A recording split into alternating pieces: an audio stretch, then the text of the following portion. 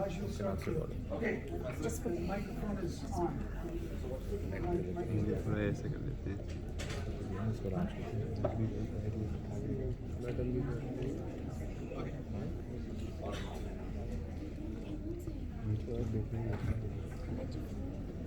A very good evening to all of you. My name is Rajkumar. I'm the founding Vice Chancellor of Jindal Global University. It's such a pleasure and a privilege for all of us to be here to host my very dear friend and longtime mentor, Dr. Shashi Tharoor. There is so much I want to talk about him, but that's not why we are here. But I also want to say that the reason it's special for me is that when I was a student in this university in the year 1999, Shashi had come over for a big lecture, and I met him as a young student and shared the idea of what was then as simply a dream for me to be part of an effort to build a university in India. And Shashi was one of those few persons in the world who actually encouraged and actually said that this is a worthy idea to pursue. Now, as a student, I'm sure all of you get lots of ideas. I got that idea to build a university, and it could easily be possible that when you don't get any sort of encouragement or whatsoever, you can just abandon those ideas. But I was very fortunate that I met him, and he supported that idea. And of course, many years since then, we've had different forms of associations, and since the establishment of the university itself, Shashi has been, Dr. Tharoor has been a huge supporter of everything that we have done in the university. He has given over 16 talks hosted by OPT Global University on campus and outside, and this trip will make it to 20 as well. So we will have Shashi doing so much. And by way of full and complete disclosure, we don't pay him at all. We don't pay him 1 rupee to do all of this, and he has done all of this surely because of his passion, his commitment, his dedication to the cause of institution building and nation building.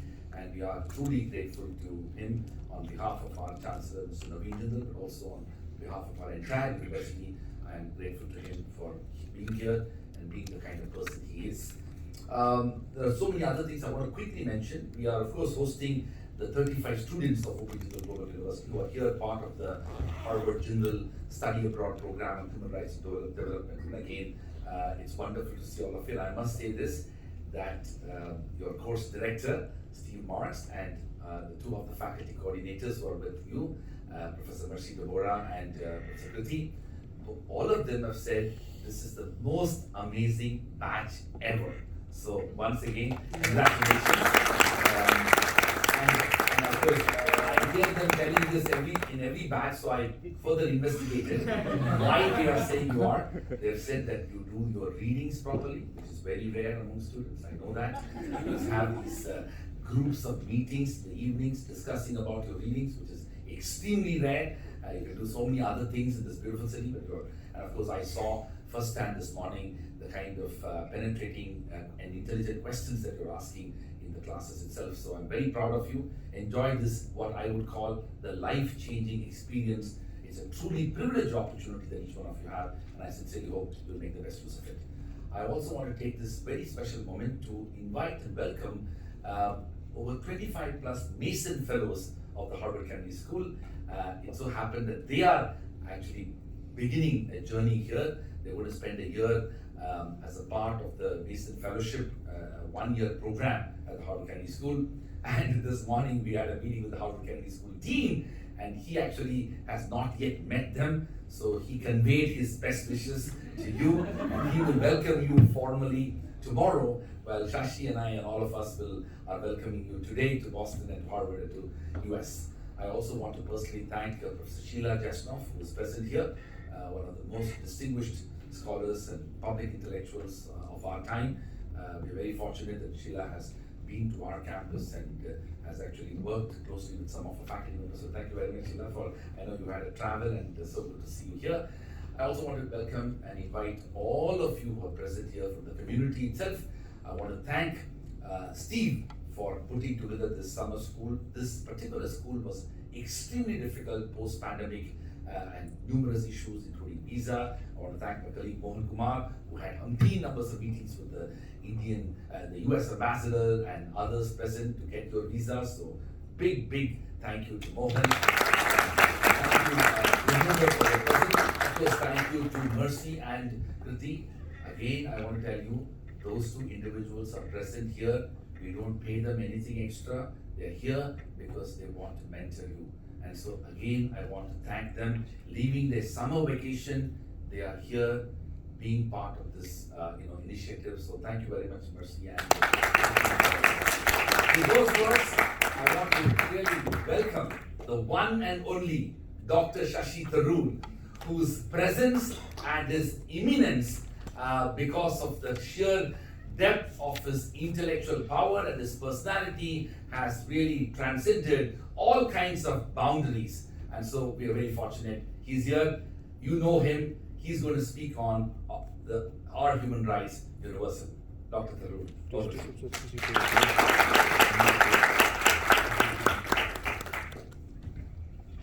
Thank you, Raj. Just trying to get out of this tyranny of messages. Good afternoon, everyone. It really is a pleasure to join you all today for this lecture organized by the Jindal-Harvard Study Abroad Program, a joint initiative of UP Jindal Global University and Harvard's School of Public Health. My thanks to Professor Stephen Marks, the Francois Xavier Baliou Professor of Health and Human Rights Emeritus at Harvard, and to my good friend, Dr. Rajkumar, the founding Vice Chancellor at UP Jindal Global University, for inviting me to share my thoughts with you all on the complex question, are human rights universal? And of course, welcome to the Mason Fellows, whom we understand, those of you who made it here have made it here on your first day on campus. So wonderful to see you. It must be said at the very beginning, of course, that this discussion and your broader academic inquiry in the field of human rights is certainly timely. For we are living in an era where the very concept of inalienable rights guaranteed to all human beings has been fundamentally challenged across the world. I'm struck by how we've all gathered here in America just a few weeks after the US Supreme Court's controversial decision to overturn Roe versus Wade, a move that will end the legal right to an abortion in this country for the first time in 50 years.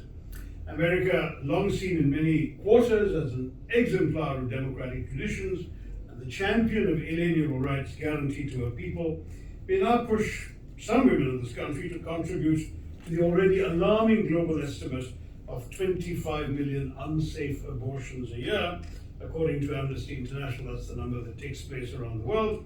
Or join the 40% of women of childbearing age who, according to WHO, live in countries with highly restrictive abortion laws or where abortion is banned altogether.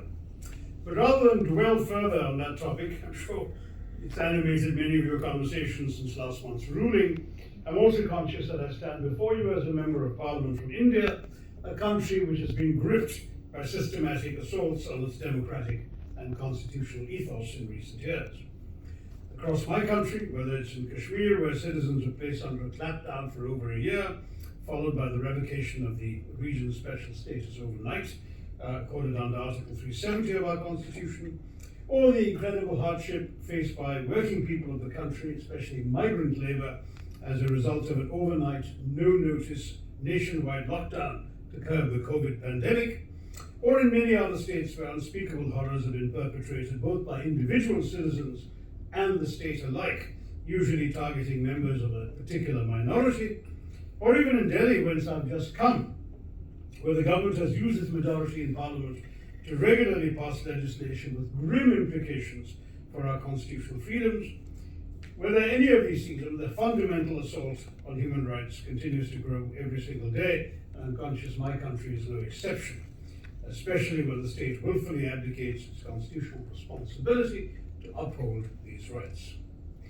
But these are not trends limited to just America or India alone. Since we're in America and many of us are from India, I use those two examples, the very foundations of democracy have been weakening across the world. And I think there was a pair of Harvard scholars that wrote about the phenomenon of democratic deconsolidation around the world in recent years. We've seen the rise of populist, far-right, and autocratic, if not authoritarian regimes taking over in many countries. In turn, these regimes have either enabled or condoned the resurgence of xenophobic politics, the spread of anti-immigrant sentiments, the accentuation of systemic racism, mounting inequality, the erosion of the autonomy of institutions that can offer a check on their governments, and of course a clampdown on dissent. And all of this has resulted in pretty fundamental challenges to human rights pretty much everywhere across the world. This is precisely why it's all the more important to engage with the concept of human rights in a more serious way, to understand how these were developed and how these have been implemented across the world and within our societies, and where we as concerned citizens can further develop these rights and make sure that they are upheld with rigor. I'm therefore pleased that we are in this gathering today, and I'm hoping with your courses will not just engender a greater appreciation for these values, for the values that these rights offer, but will help bring up new voices and champions of human rights in all our societies. Now, the claim that human rights are universal has, of course, provoked many interesting questions. Is anything, one might say, in our pluricultural, multipolar world truly universal? Does the very concept of universality not presuppose a rather unitary view of the world?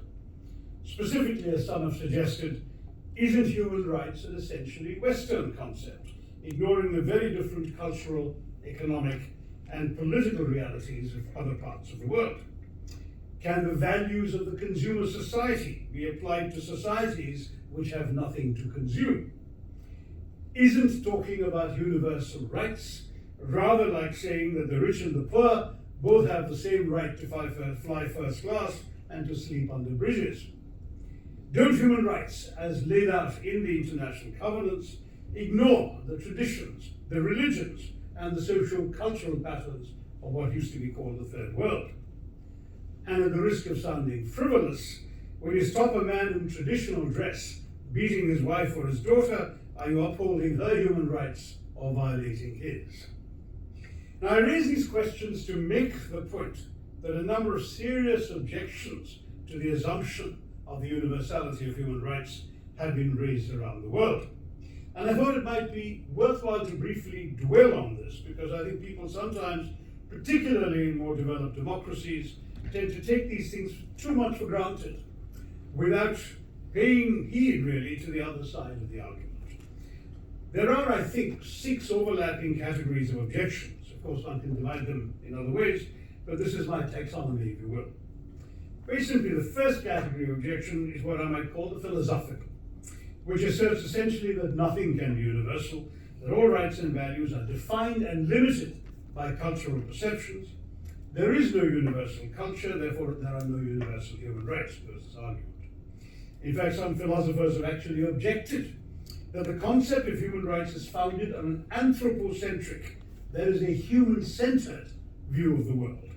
And they say that human rights are predicated upon an individualistic view of man as an autonomous being whose greatest need is to be free from interference by the state, free to enjoy what one Western writer summed up as the right to private property, the right to freedom of contract, and the right to be left alone, unquote.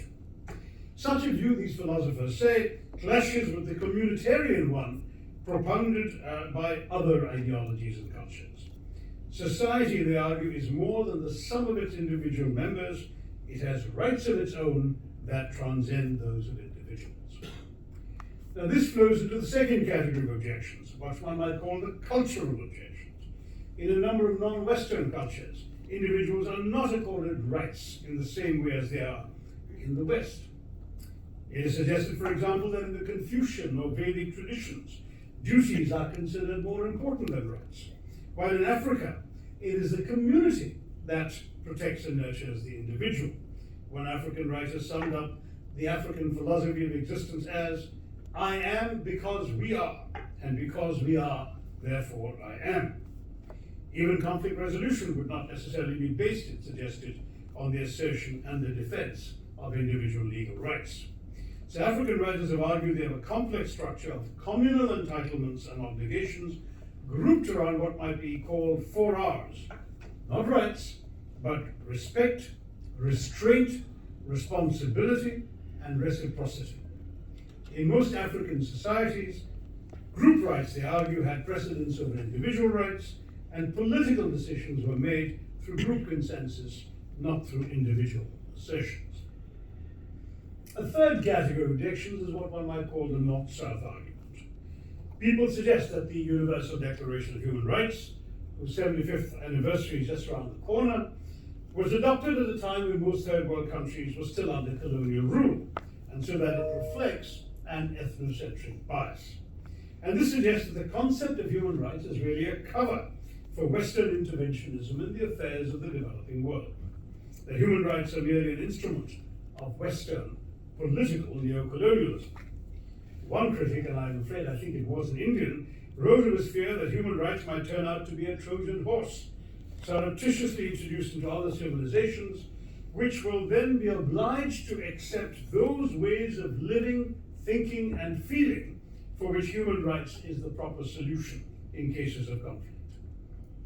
Interesting thought and debatable. And that would lead us to the fourth category, what one might call the ethnocentrism argument, which objects essentially to specific rights in the Universal Declaration which are deemed reflective of cultural bias. The right, for instance, to political pluralism. The right to paid vacations, always good for a laugh in the sweatshops of the developing world. And most troublesome of all, the rights of women. At its most earnest, this objection points out that some societies are simply unable to provide all these rights to their citizens, or to all their citizens. At its most angry, this objection is to the promotion of rights, especially those explicitly emerging from Western social values, notably the assertion of equality between the sexes. How can women's rights be universal in the face of widespread divergences of cultural practice, when in many societies, for example, marriage is not seen as a contract between two individuals, but as an alliance between lineages, and when the permissible behavior of womenfolk is central to the society's perception of its honor? Moving on then to the religious argument, the fifth. Human rights, the religious argument runs, can only be acceptable if they're founded on transcendent values symbolized by God and sanctioned by the guardians of the various faiths. The Universal Declaration of Human Rights, of course, claims no such heritage, and a draft reference to the Creator was actually consciously left out of the final text. So conflict between the universality of human rights standards and the particularity of religious perspectives is therefore a real concern. Many religions also assert that they are the only true religions. For them to accept a common denominator of human rights, universally valid and applicable, is to admit of the possibility of compromise on the basic tenet of their own exclusive infallibility and completeness. And finally, before we all get very depressed about this catalogue of objections, the development argument. And this argument, I know many of you are very familiar with, the argument that the developing countries cannot afford human rights, since the tasks of nation building, economic development, and the consolidation of the state structure to these ends are still unfinished. Authoritarianism, they argue, is more efficient in promoting development and economic growth. The argument is even a little more subtle than that, because the suspension or limiting of human rights is therefore portrayed as a sacrifice of the few for the benefit of the many. The human rights concept is understood, applied, and argued over only, they say, by a small westernized minority in developing countries. Universality in these circumstances would be the universality of the privileged. Human rights is for the few who have the concerns of Westerners. It does not extend to the lowest rungs of the ladder. Now that's the case for the prosecution, if you like, the indictment of human rights. Now let me respond briefly to each of these points.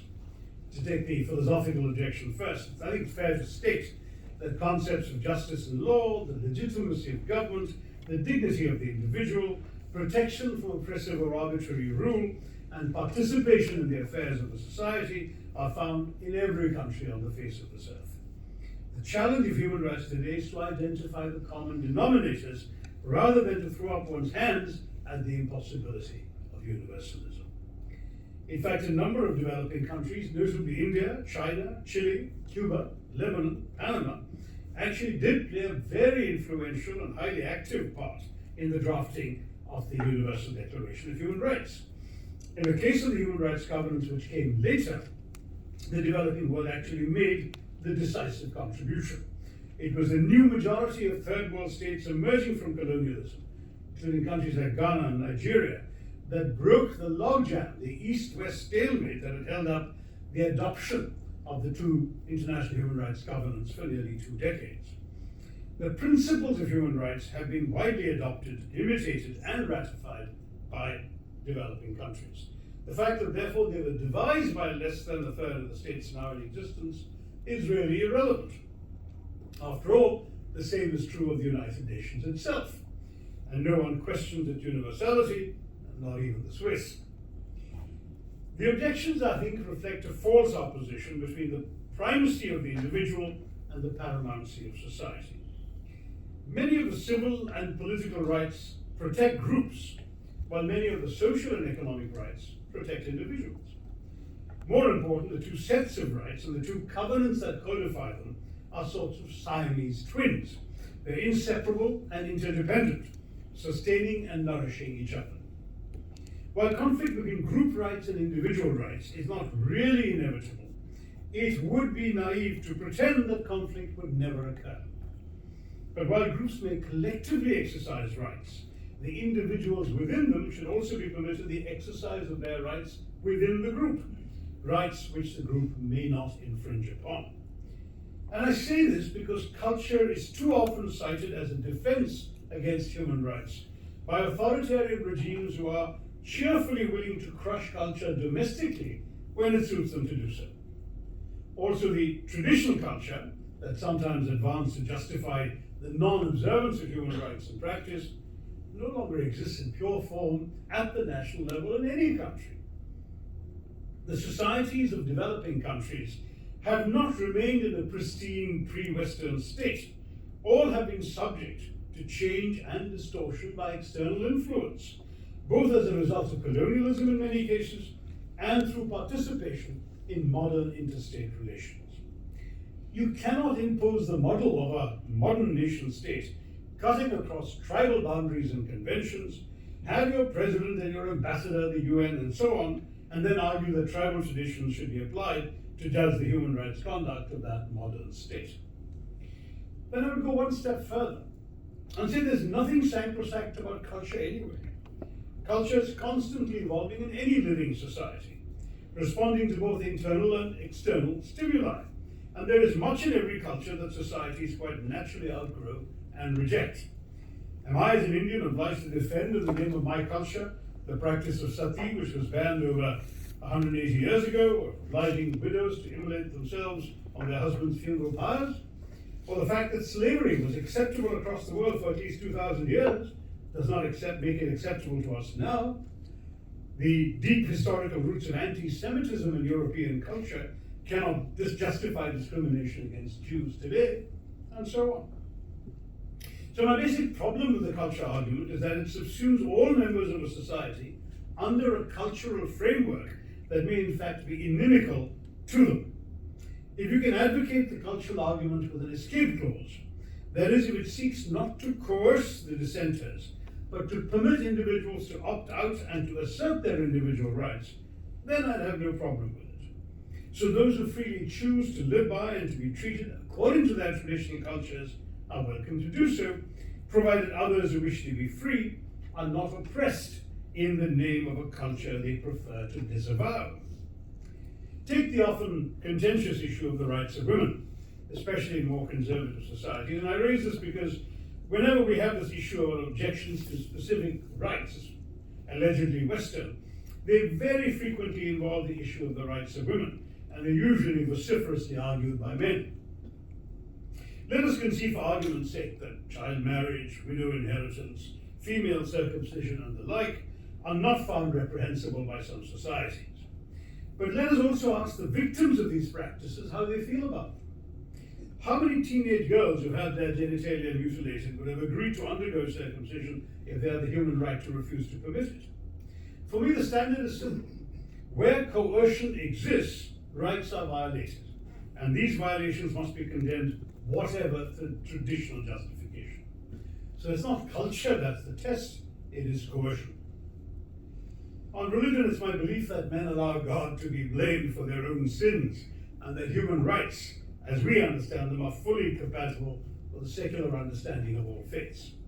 Every religion seeks to embody certain verities that are applicable to all mankind: justice, truth, mercy, compassion, though the details of their interpretation vary according to the historical and geographical context in which the religion originated. As my late boss, friend, and former UN Secretary General Kofi Annan would often remind us, the problem is usually not with the faith, but with the faithful. In any case, freedom is not a value found only in Western faiths. It's highly prized in Buddhism and in different aspects of Hinduism and Islam. And finally, there is this question of the suspension of human rights in the interest of paternalistic development. I think it's obvious that authoritarianism promotes repression, not development. Development is about change, but repression prevents change. In fact, as the Nobel laureate Amartya Sen has pointed out in a number of interesting pieces, there's now a generally agreed upon list of policies that are helpful to economic development: openness to competition, the use of international markets, a high level of literacy and school education, successful land reforms, and public provision of incentives for investment, export, and industrialization. None of these requires authoritarianism. None is compatible with human rights. None is incompatible with human rights. Indeed, it is the availability of political and civil rights which give people the opportunity to draw attention to their needs and to demand action from their governments. In fact, Amartya Sen's work has established, for example, that no substantial famine has ever occurred in any independent and democratic country with a relatively free press. That is striking, though there may be cases where authoritarian societies have had success in achieving economic growth. China is everyone's favorite example.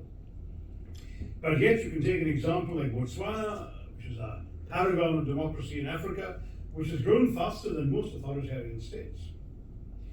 In any case, when one hears of the unsuitability or inapplicability or ethnocentrism of human rights, what are the unstated assumptions that we are not hearing?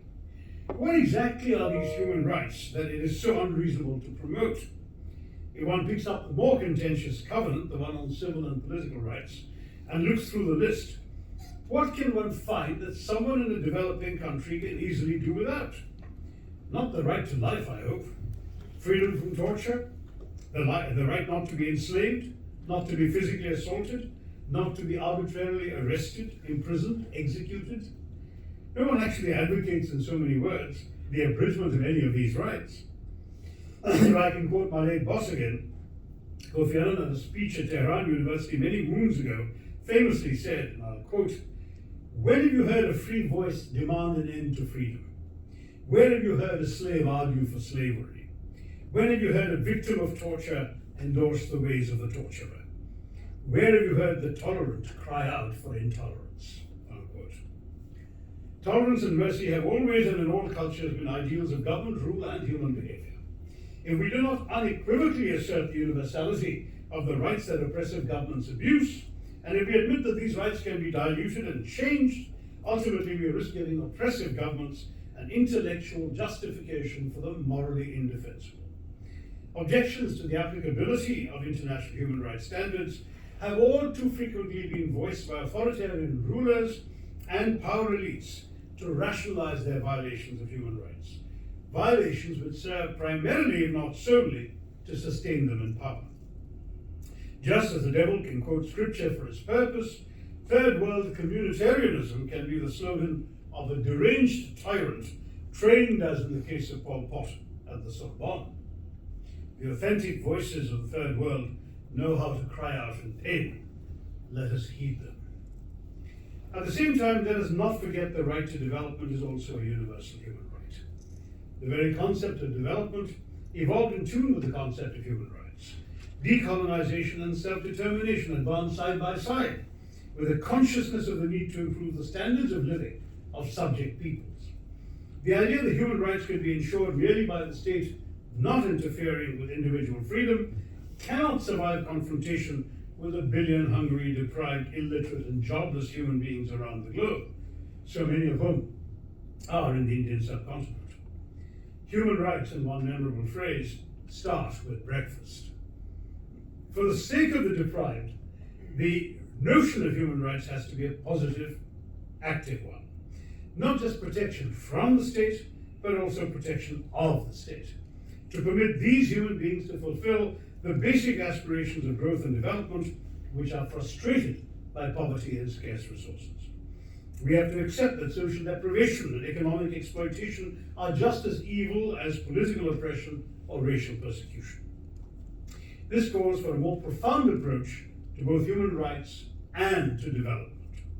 Without development, human rights could not be truly universal, since universality must be predicated upon the most underprivileged in developing countries achieving empowerment. We cannot exclude the poorest of the poor from the universality of the rich.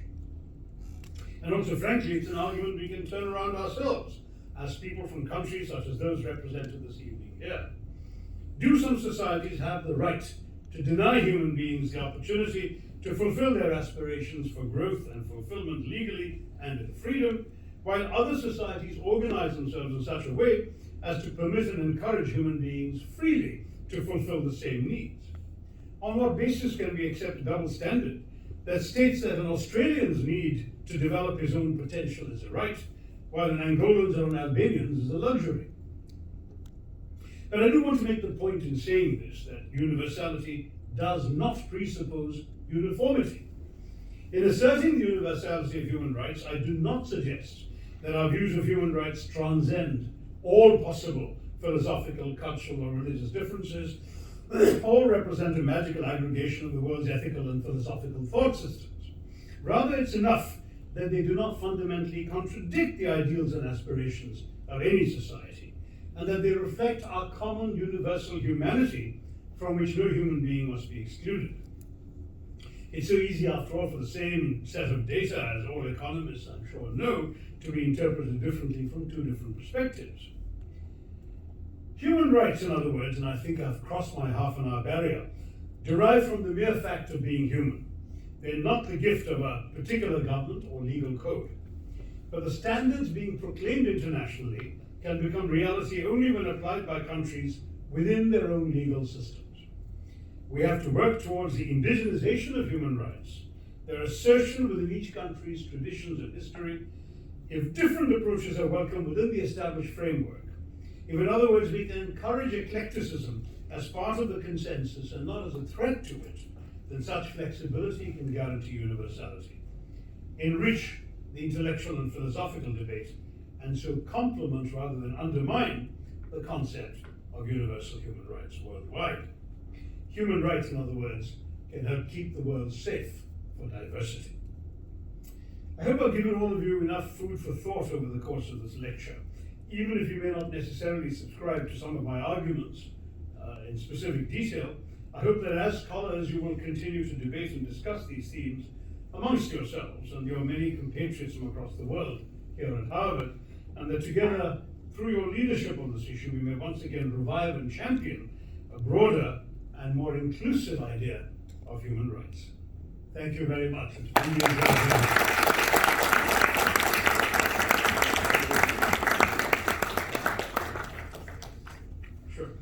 All right, thank you very much, Shashi, for really a comprehensive tour de force. In 30 minutes, you covered so much, and it's quite extraordinary. And the floor is open. Please feel free to raise your questions. And yeah, go ahead. Just introduce yourself a bit, and then stay. Yeah, I'm on.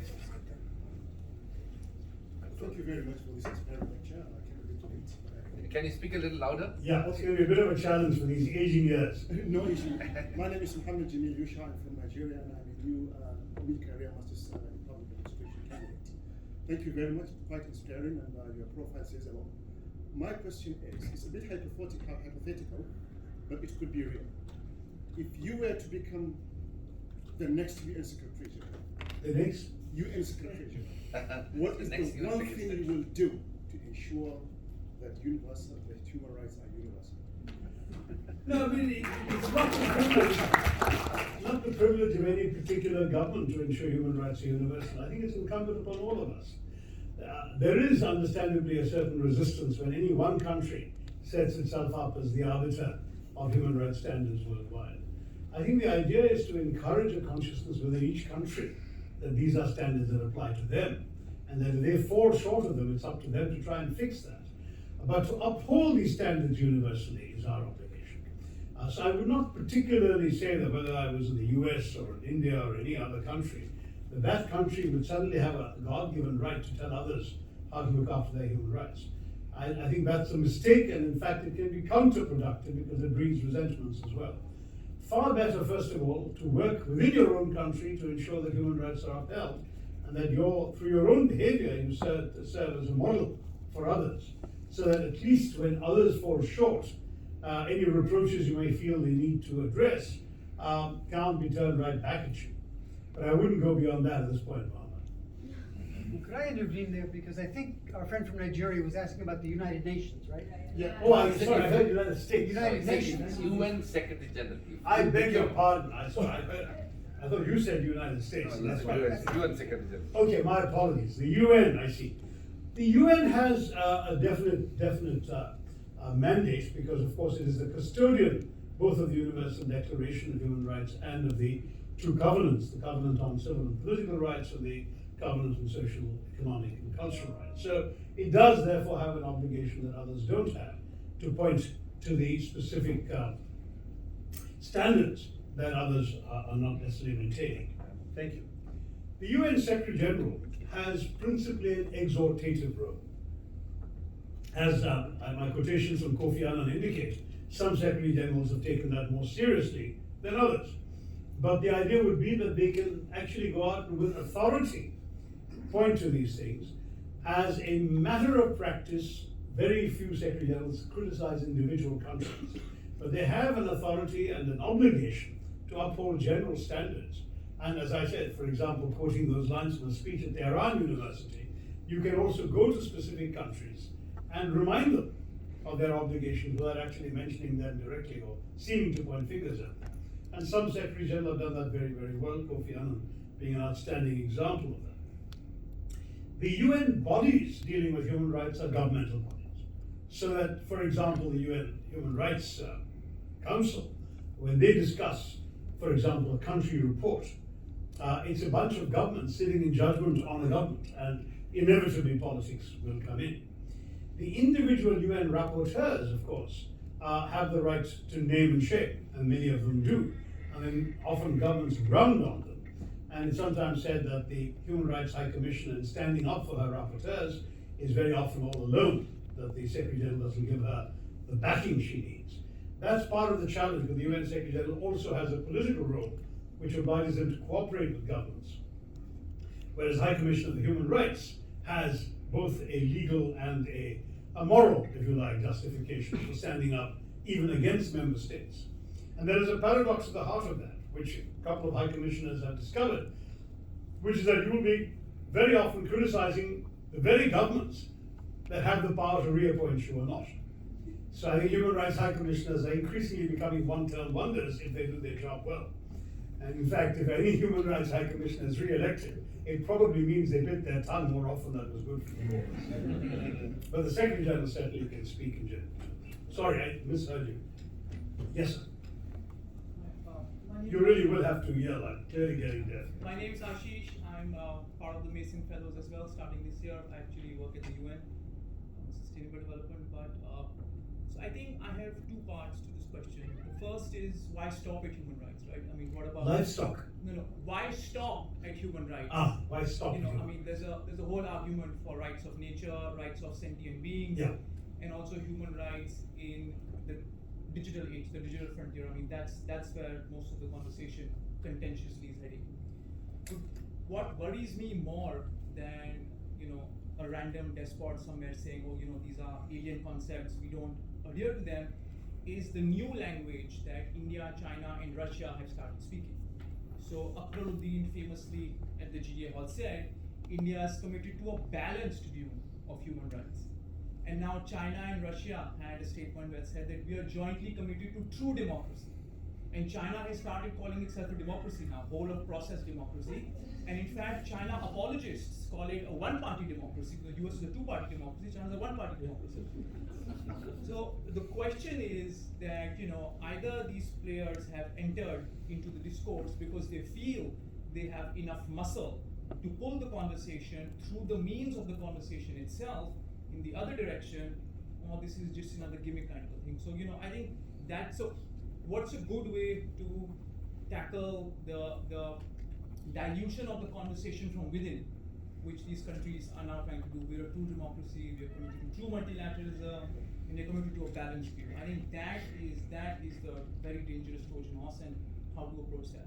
Right. Well, I mean, the question of terminology when it comes, don't forget, even North Korea calls itself the People's Democratic Republic of North Korea. So, particularly the word democratic and democracy have been used and misused by many countries for a long time, and very often, in fact, if democratic occurs in the name of a country, you can be pretty sure it isn't. I mean, there are some exceptions, but for the most part, this is part of the challenge.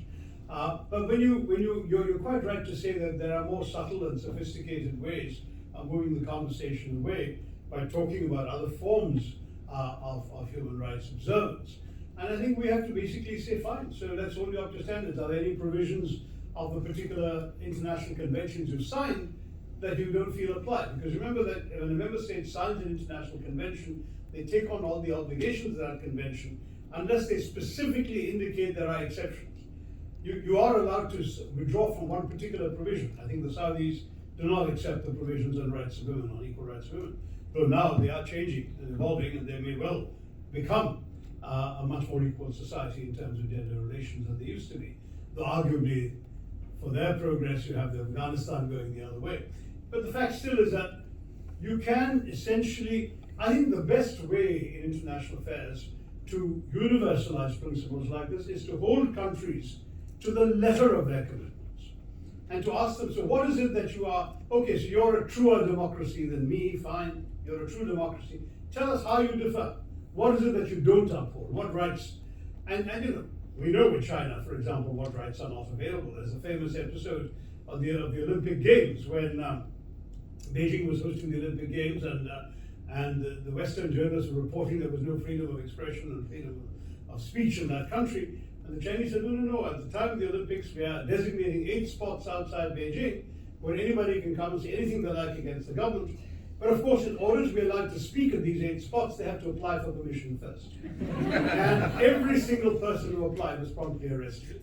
It turned out to be the most efficient way of rounding up potential future troublemakers. So announced them, giving them rights that they could not uphold. So I mean, that kind of thing immediately, I think, dilutes their pretensions to be actually upholding the same rights as we understand them elsewhere. And I think that there are other ways in which legal systems within democratic societies can be misused to infringe upon human rights. They can be laws passed democratically by an elected parliament that in their application have a chilling effect on human rights, on freedom of speech, on freedom of assembly, and so on. I think it's fair to say that many in India have discovered this in recent years. So the truth is that there are many ways you can do that without going as far as, say, China or Russia may have done, which in their case, they just openly make some things not possible to do. Now, in India, all of these rights exist on paper and in practice, and yet, I'm sorry, you can actually see them being violated by the authorities on the basis of laws on the books that can be applied in this way against selected offenders.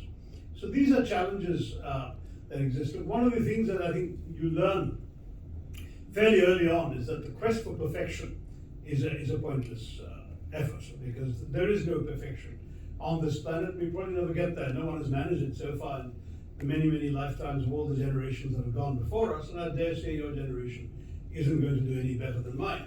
But what you can do is to apply principles. You can apply the lessons we have learned the hard way, and then of course you'll have different lessons to learn when your time comes. But I would worry much less about the points you began with, about the environment and so on. Those are amplifications, I think, rather than dilutions of human rights. Because the human rights concept applies to human beings, by definition. That's what the word means. To say that the environment also needs to be protected, or that the protection of nature is a vital obligation, essentially is not about human rights. It's about more responsible stewardship of the global commons, but it doesn't, in one way or the other, it seems to me, dilute or undermine what we've been talking about. It simply amplifies the notion of the rights and the obligations all of us have to protect certain freedoms around the world, and actually the freedom for future generations to breathe clean air or to drink clean water will require us to take actions today that perhaps we could have done better in taking some decades ago. And that would really be where I would see you on that. Lots of hands up, right? Race. My name is Nasser Tayyib and I'm from Algeria, or to be more precise, the Algerian Democratic Republic. Your argument cannot be more correct and accurate because we're questioning how democratic the whole country is. My question is, how do you navigate protecting the credibility of human rights when we've seen it being used as a Trojan horse for pure geopolitical conflicts, especially in developing countries where these Trojan horses are being used to further destroy the societies or nations? By calling it as it is, I mean, there's no question, Nasser, and that was a very valid point, because we've seen, for example, the language of intervention, which Kofi Annan in many ways sort of brought into international discourse. The rights to intervene, and the French had earlier this notion of the droit de l'ingérence, which in many ways was resented and resisted by many developing countries. Essentially saying, what gives you the right to intervene in my society? If I have a problem, I should solve it.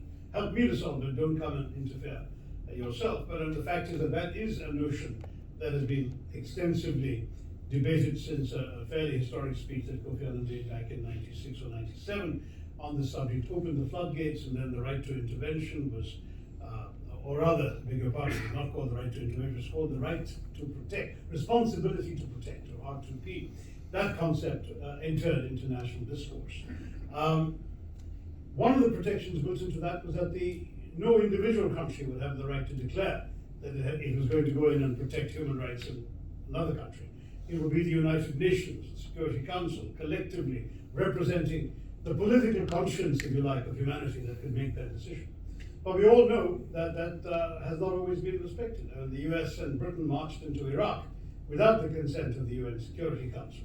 Russia has marched into Ukraine allegedly in pursuit of Nazis without the consent of the Security Council, and so on and so forth. So you will find that each will use justifications couched in the language of human rights. Denazification is human rights language. But in practice to pursue nakedly geopolitical ends. And the only answer has to be to call them up. To say that this is simply not what it is.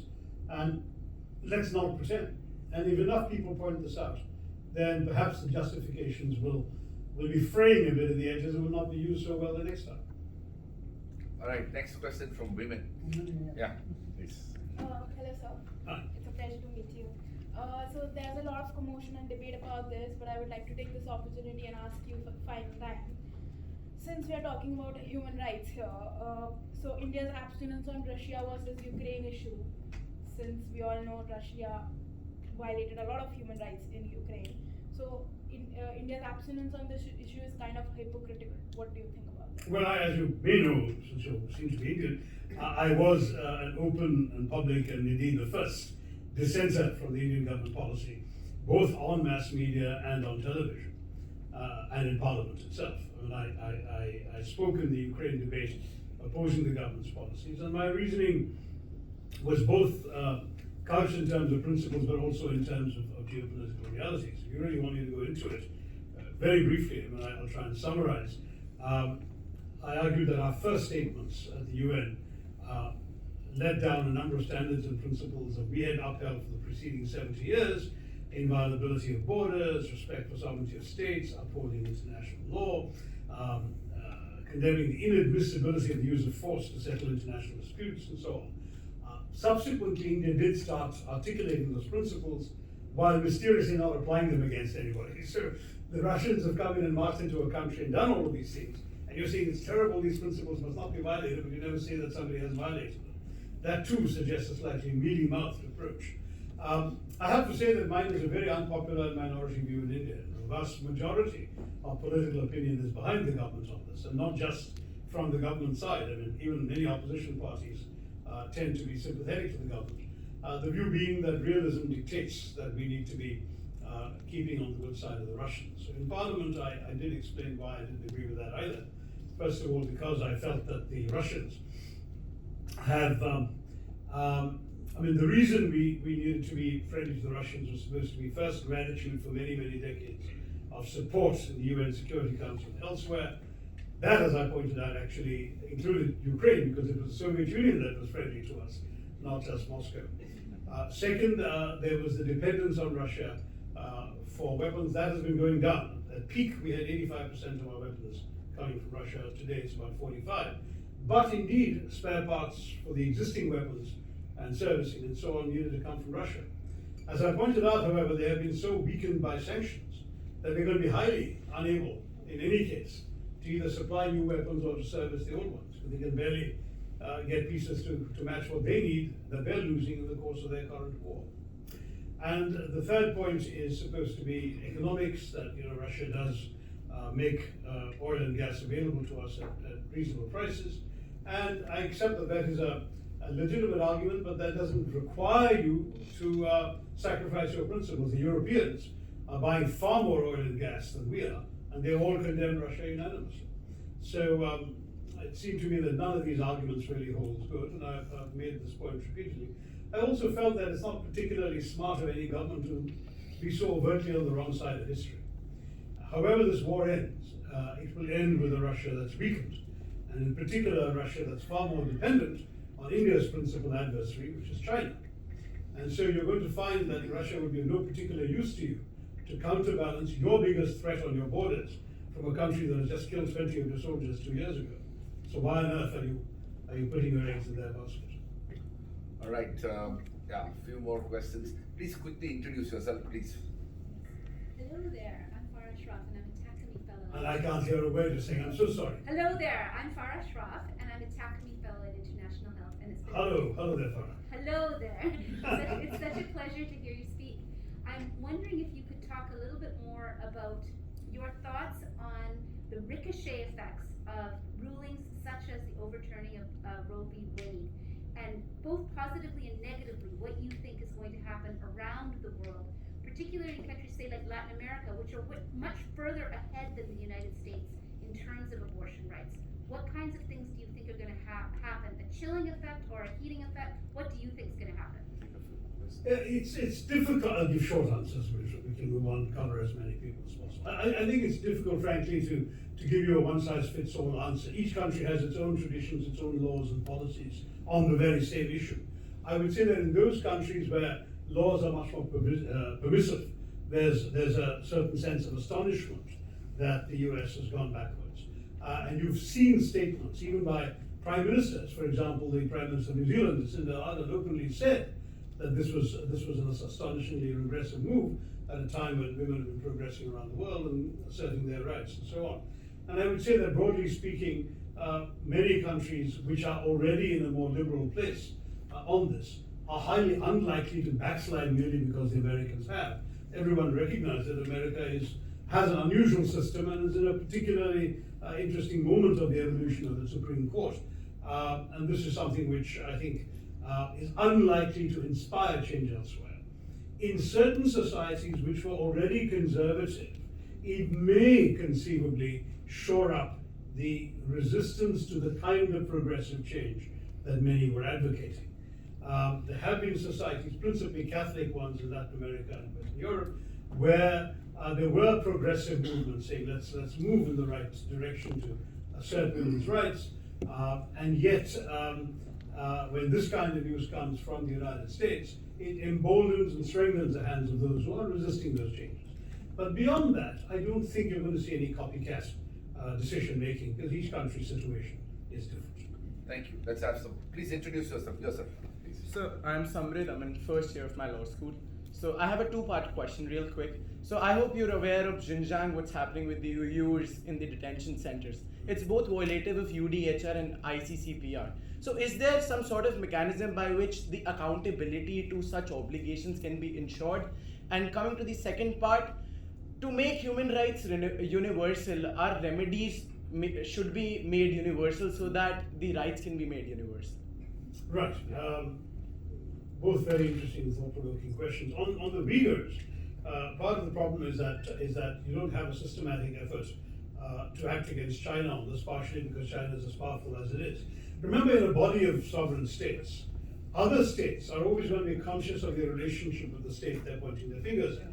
It is striking, for example, that the Uyghurs are being persecuted also, in fact, some would argue principally because of their religious beliefs. They're Muslim. And yet no Muslim country, not even neighbors like Pakistan, have raised their voice against it because they value their relationship with China far more than the fate of a few million Uyghurs. And that's what you're seeing. So in a body of member states, you've got to have states that actually are willing to get together and raise their voice in condemnation, which they don't do because they also know that raising their voice will not actually help the Uyghurs in China.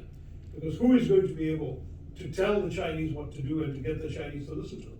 It's not going to work. So they don't bother, they don't want to burn their bridges with China. That's the real problem. On the second point of universal remedies, I mean, the UN is supposed to be the repository, both of universal rights and of universal remedies. The problem with remedies is that we don't really have, quote unquote, a world government. What we've got is a collection of sovereign national governments sitting together and agreeing on common steps.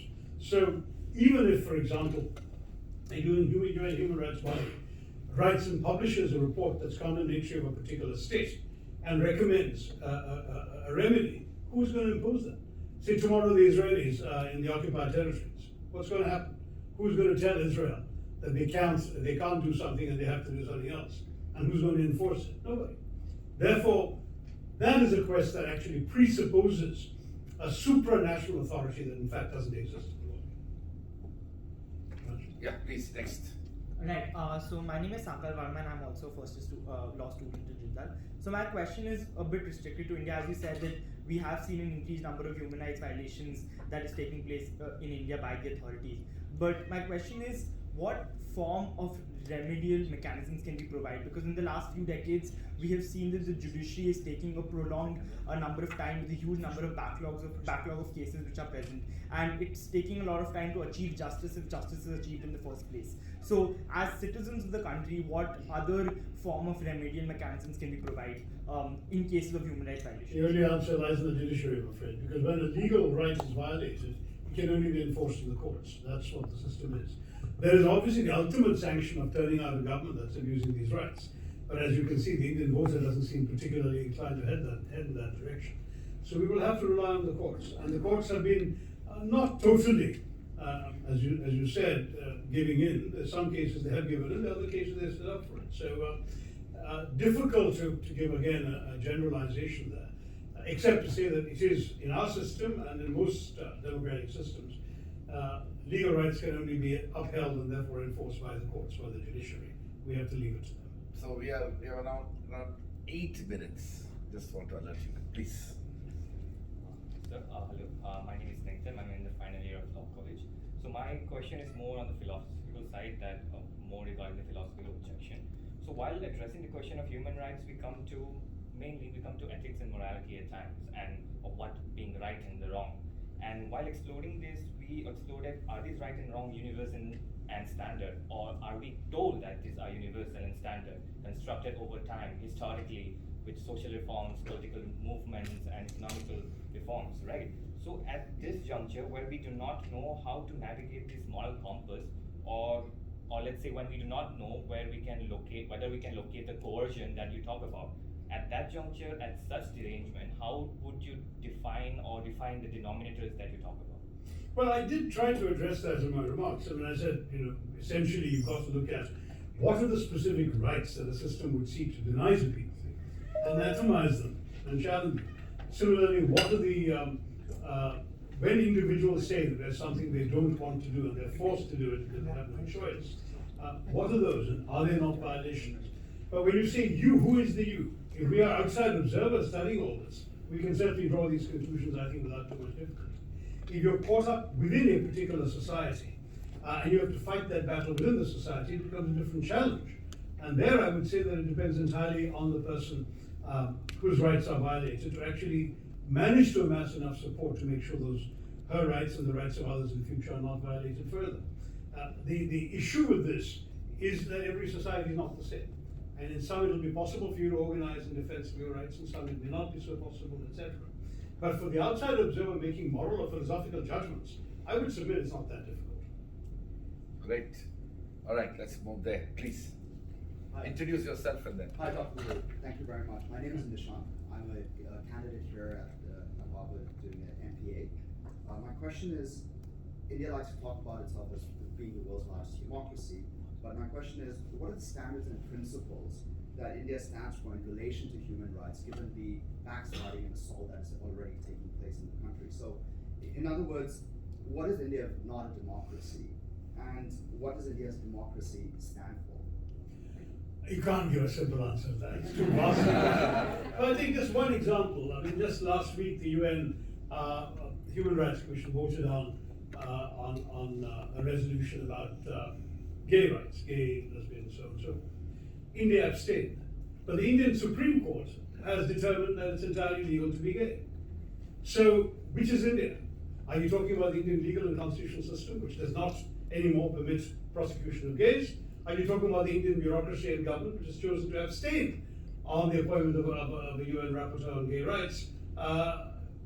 India's both. India's all. So if you're gay in India, the Supreme Court is with you. And if you're gay in a foreign country, the Indian government is not particularly keen on protecting your rights. Now, go figure.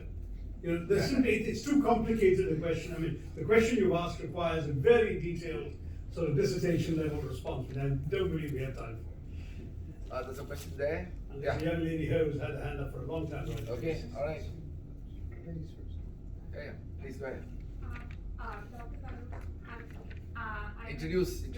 My name is Kartika Sanjay. I'm going to my 4th year in law school, and it is an absolute pleasure to hear you speak again. I've seen you in campus before, and it has been wonderful. Thank you. And my question was regarding how the Indian government stance on women tends to change from, saying that, yeah, we are here for women's rights, and then quickly voting, presenting very strong objections to, say, in the Mantle rape case. And I just wanted to hear what your opinion would be to actually, help our country reach a state of equality in any field, per se. Yeah. I don't think I have a glib answer or tough formula on that. It's a work. It's a work in progress. It requires continuous struggle and effort, and I think it's incumbent on all of us as citizens of a democracy to ensure the government takes its own profession seriously, and that we hold them accountable for their upholding the values and standards we believe as citizens. After all, the democracy is made up of individual citizens' choices. We should make ourselves heard as citizens. Beyond that, difficult to give you an answer. Please. Good evening, Dr. Tharoor. My name is Palak. I'm in my final year of law school. And I wanted to ask that in the last decade, we've witnessed a series of ultra-conservative governments all over the globe, in the US, in UK, even in India, in Canada and other nations. So considering that this coincides with the rise of technology and surveillance, how do you think this would affect human rights, and especially when it comes to the right to privacy, the right to internet shutdowns, and arrests that are based on social media and so on and so forth? Because this is a new era that we're entering. I agree. This is a battle we have to fight in each society. In the case of India, we're lucky that the Supreme Court did uphold the right to privacy. So that can become a new yardstick within which new rights can be enforced and new cases can be fought. But the government, as you know, has been dawdling over passing a Data Protection Act. So technology can still be collected by the government, but there's no act regulating it. Technology can still collect your data, snoop into your life, your spending patterns, anything, your travel, whatever. And so far, there's no absolute protection there. The day it's misused, you can go to court and claim your rights to privacy were violated. But until then, the government will be violating your rights to privacy every day and you wouldn't know it. So there are some real issues and concerns. One of the things that I'm very concerned about is that the draft bill, which has not yet come before Parliament, but what's been circulated, actually has the government free to make all sorts of decisions, exempt themselves from all the regulations provided in the draft Data Protection Act, And at the same time, if you appeal, it's only a bunch of government officials who will be ruling on the actions of the government, which is, to my mind, a complete nonsense. I mean, if you have an appeals body, it must be surely composed of independent members who are not affiliated with the government, so you can have an objective view of whether a government decision to sequester your data or release your data or use your data was appropriate or not. All of that we haven't got to. So it's a battle that's got to be fought. The Europeans are well advanced with their GDPR and so on. I think the US is not doing too badly, though many issues are still being fought out of the courts. India, we are worryingly behind, and I do worry about where we're heading in this direction. Last Okay, three questions. 3 questions. Oh gosh. Okay. 4 hands up. I know. Quick. Okay, go ahead. Okay. Good evening, Dr. Tharoor. So nice to meet you. Last week, sorry, my name is Aditya. I'm entering my final year in National Affairs. Last week we had a speaker from World Bank. She's also a practicing lawyer, and she suggested that there exists a language barrier within the discourse of human rights and development, and that lawyers speak a language that is completely different from the language that is spoken by human rights activists or developmental economists. Now, considering that we need all hands on deck to reinforce human rights and development, how do we reduce this gap in language? That's an insurmountable challenge. How do you do that? Because fact is, you already have language issues when it comes to which language you're speaking, literally, and how those are translated into other languages. And very basic concepts can mean different things once you go through the translation route. Then when she says language, I'm assuming she means terminology. And terminology again becomes a complicated area. I wouldn't even pretend to give you a global answer to that. I think this is probably a valid point she's made, but the question is, there are commonly, for example, there are so many treatises on these various covenants and on the Universal Declaration, explaining what each thing is supposed to mean. And there have been examples of cases over the years where the Universal Declaration, as I said, is now 3/4 of a century old. It's, I think, difficult to take refuge entirely behind, terminology in saying that, oh, well, we didn't understand the same thing about this particular phrase as you did. I think ultimately you can find some common ground. In any case, the search for common ground is part of my argument. We need to keep doing that. All right, please go ahead. Good evening, Dr. Tharoor. My name is Rahul. I'm entering my 3rd year of law school. My question was, so in one of our lectures today, one of the professors had actually said that the inclusion of new rights, recognizing new communities, would actually lead to a failure of human rights obligations, considering human rights are universal. So you have to repeat that last sentence. The recognition of human rights in communities would lead to a failure of human rights obligations. Inclusion of new rights, recognizing new communities, would actually lead to a failure of human rights obligations, considering that human rights are considered to be universal. Yeah. My question is, how much would you agree with that statement? And if you do, don't you think it would further dilute the definition of what human rights are? So, but for full disclosure, Professor Hurst Hannon, Tufts University, Fletcher School, he made that argument. Well, look, I've argued, for example, in my book, The Battle of Belonging, which is available in this country under the title The Struggle for India's Soul, that India kind of found the answer to that by actually recognizing both group rights and individual rights. And that was the magic of what Ambedkar tried to take the country strongly away from group rights to a sense of individual agency. Individual citizen was what mattered in the Indian Constitution. But there are many collective rights. For example, personal law belongs to a community, not to an individual, and so on. So I think what I said in my speech was you can certainly have both group rights and individual rights, provided the individual is able and permitted to subtract herself or himself from the community rights. So in other words, let's say in India, for example, Muslims can marry under Muslim personal law. But a Muslim woman or man can choose not to marry under Muslim personal law, but to marry under the Civil Code, under the Special Marriages Act. Now, that, to my mind, is a good example of what should work. In other words, the group rights exist. Everybody wants to subscribe to the Muslim personal law, does so, and they have the right to do so. And they follow their own practices, rituals, and with it come certain rights for marriage, inheritance, divorce. All of that is governed by Muslim personal law. But if somebody says, I don't want to do that, I want to marry under the Special Marriages Act, and have my civil rights protected by civil law, they should have the right to do so. And that's all I'm saying. Culture isn't the issue, group rights aren't the issue, it's the question of whether the individual is free to dissent from that particular obligation. And if the individual is free to do so, then both group rights and individual rights can exist. Right, please. Last two That'll be questions. it. Good evening, Dr. Tharoor. My name is Vishesh Verma, and I'm a first year in the Jindal School of Liberal Arts and Humanities. My question is to you, how can we improve our global systems in holding countries accountable for breaching human rights violations?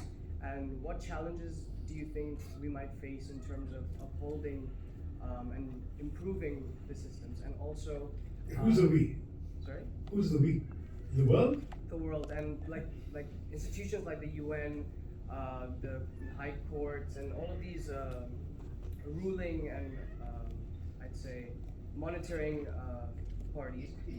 And as you said, that countries like Israel, China, who are already becoming superpowers, it's a lot harder for us to hold them accountable. So, to what extent do you think that a country becoming powerful can give them somewhat of a leeway in terms of being to be shown guilty of breaching? Yeah, in terms of enforcement mechanisms, I'm afraid all we've got is the state system. The state system is run by governments, member states of the United Nations, and it's their collective decisions, which are all made with political considerations in mind, that will constitute your enforcement mechanism. So I'm afraid you'll not get me joy there. In other words, if, as I said earlier about China, governments are not willing to particularly take action against, even complain against an offender, that offender will continue getting away with what they're doing.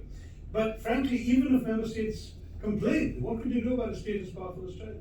What can you do about Russia? Right now, a majority of member states in the General Assembly have voted against Russia's invasion of Ukraine. Has it made the slightest difference to Russia? So where a state is powerful, the truth is that there are limitations in the interstate system. But individual citizens, individual public opinion, mass media, all of these things also matter. And increasingly, I would argue, in a world of social media and so on, that public opinion is a very, very powerful force. So we haven't fully got hold of and got fully understood. And I think it may be entirely possible that even what governments aren't prepared to do, public opinion will in effect create a certain judgment against offending states. At least that's what I hope, but who knows? Last question. Good afternoon, sir. No. My name is Dev Karthik, and I'm going into the third year of law school. Mm-hmm. In your prosecution, you had mentioned cultural objection and the philosophical objections, where you said that some societies view the society as greater than the sum of individuals, and in the cultural objection, you said that the Vedic and the Confucian schools view duties as more paramount to rights and more paramount to rights, and it is I am because we are, and we are because I am. And in these societies, group rights are given more preference to individual rights. In India, Prashant Kishore has always had the view that the public is the wisest and their mandate must always be respected. The present government, irrespective of their track record, keeps winning the mandate, keeps winning what is known as, in his words, the wise mandate, and seems to always come back stronger. They are increasing their influence in southern India, as seen in the Hyderabad municipal elections and the Tamil Nadu Panchayat elections. Based on this, would you think that in the Indian context, cultural rights of humans is given more importance than the individual human rights? And what would be your response to this as an opposition leader? How would you counter such a mandate, knowing that you are in the opposition? Counter mandates. You can only try and persuade those who give the mandate that they should give us the mandate instead, which we haven't been very effective in persuading them to do. I mean, the truth is that we are now heading into a slightly paradoxical situation, but it's not unknown in other countries, including some West European ones, where the democratic vote gives you a result that is inimical to some of the most cherished principles and values of democracy and human rights.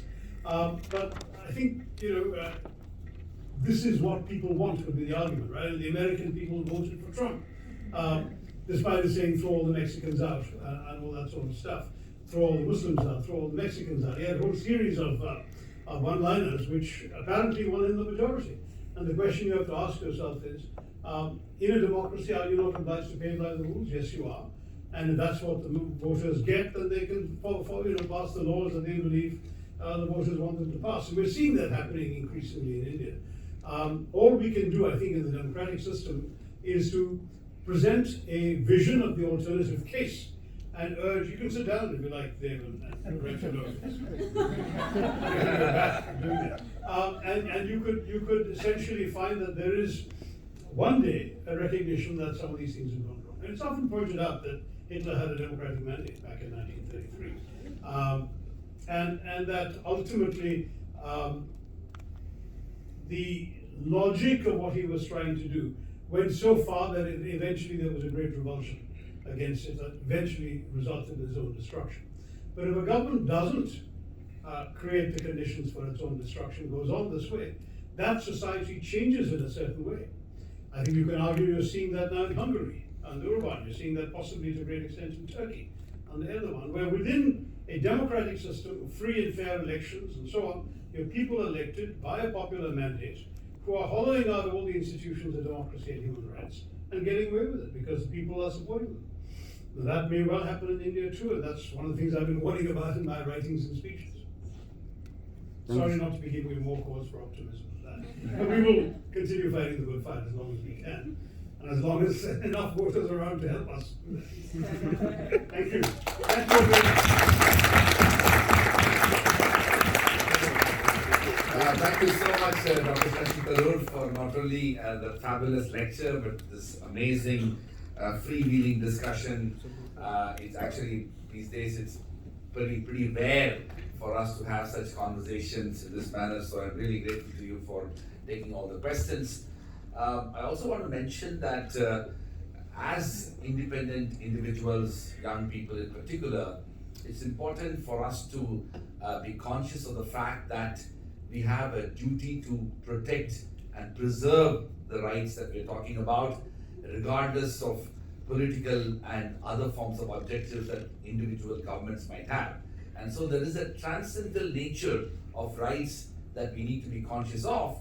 And actually it is not at all unusual for many of us to assume that democratic mandates can actually lead to individual governments taking decisions which may actually be inimical to rights themselves. This country is a very good example, and I actually believe it's not just the courts. For a very long time, courts, even the Supreme Court in this country, talked about separate but equal, and it took Brown v. Board of Education for this country to recognize that separate but equal is not good enough. And that led to a huge evolution of the race relations in this country, and we can look at parallels. So in many ways, while we should focus on building institutions, strengthening institutions, but what Shashi mentioned towards the end of his talk is that what is absolutely critical is we need to invest in building public opinion, we need to invest in developing strong civil society voices, we need to invest in many more individuals speaking truth to power, regardless of the political mandates and even electoral democracies functioning. In fact, there is a very real risk that we have seen, and I think one of our students just mentioned about the fact that there are many elected governments that are increasingly acting in a rather undemocratic, dictatorial manner, and that is probably the biggest risk for democracy itself. And the larger context of this lecture, what Shashi had mentioned about all human rights being universal, is actually empowering the individuals in the fight in protecting and preserving human rights. So thank you very much, Shashi, for that. Well, for those particularly with an interest in India, I'm speaking day after tomorrow again at Harvard on sort of law and the idea of India, and some of these issues Yeah, are they will be raised there. in more detail. This is a moving crowd with you, so they will all be there. Can you talk about Sri Lanka a little bit before we end? Sri Lanka, she is. I was elected by a group back here. It wasn't my question. I know. Well, we are running late, so he'll be around for some more time, so you can chat with him on that. I'm going to invite Professor Gulmunder to say a few words, followed by Professor Stephen Marks, who will deliver the concluding remarks. We want to wind up in 5 minutes so that we can have a small tea reception, which is waiting for all of you. Please, Professor Gulbunda. Professor Gulbunda is a professor at the Jindal Global Law School. He was Iceland's ambassador to India. He was judge of the Law of the Sea Tribunal in Hamburg, and he was also dean of the Faculty of Law at the United Nations University in Costa Rica. He was one of the founding members of the Law of the Sea treaty-making effort. Please. Well, just to thank you, Shashi. We're all very lucky to hear you. And if I may say so, as a foreigner living in India, I think India is lucky to have you in the parliament. I just want to thank you particularly for mentioning the role of the judiciary, and I'll be developing that tomorrow to the Jindal students, Jindal-Harvard students. But for those of you who won't be there, I want to point out that I have great optimism about the work of the International Criminal Court, which I think went against the grain in the sense of the litany that you mentioned. That is, in fact, a miracle that was achieved. It's hard to hear you. I'm saying that the International Criminal Court was a miracle that was achieved because it actually can sit in judgment on governments. Thank you, Professor Gulbunda. Steve. Could you use the mic? I don't always need the mic because I do project my voice, don't I? So I'm given the distinct privilege of wrapping this up, but I do want to say something, and I'll be saying it from the bottom of my heart. You mentioned on 2 occasions that we're approaching the 75th anniversary of the Universal Declaration of Human Rights. Believe it or not, and you can probably believe it, for the 20th anniversary of the Universal Declaration of Human Rights, do the arithmetic, you'll figure it out. 20th anniversary, I started my first job after my graduate studies. And that job was working for an institute created with the Nobel Peace Prize money for the man who was the principal author of the Universal Declaration of Human Rights, President René Cassin. And René Cassin, in the drafting process of the UDHR, is normally regarded, and he's told me this himself, as responsible for the word universal in the UDHR, because they genuinely felt, and he captured that in proposing and getting acceptance for the word universal, that they were not just dealing what the agenda said, International Bill of Rights, but that they were speaking on behalf of people globally, not states, but people, and hence the term universal in the drafting of the Universal Declaration of Human Rights. And it was a great privilege of me to start my career working for President Cassin. And I still remember, and I can see the gleam in his eyes when he looked at me. He didn't grab me by the collar, but he looked at me and he said, Mr. Marks, I want you to go forward and ensure that human rights is taught in all the great universities that you have any opportunity to interact with. So, in a sense, that was a moment for me that, as you can perhaps guess, kind of did like the path that I've tried to stay on all these years. But I would say that this talk today is a moment for me like that moment. Hearing one of the most articulate voices on international affairs and international relations address the question, are human rights universal? It brought me back to that moment when René Cassin gave me a mandate. And I believe that having the privilege under the authority of the esteemed Vice Chancellor of this university to bring together for the 5th time students in this program on human rights and development, and having our guests from the Kennedy School here, and having this occasion for Shashi Tharoor to address the issue as he did today, constitutes for me a moment that I would place right on the same category with my encounter with René Cassin on the occasion of the 20th anniversary of UDHR. So I want to thank you from the bottom of my heart.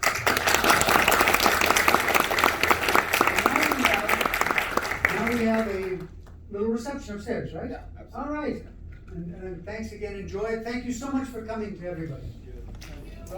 Thank you very much, and thank you to all our amazing fellows. And please join us outside for a cup of coffee, and of course for the students of Jindal, your request for a group photograph with Shashi Tharoor is accepted. We might do that here. It's better. यही दबा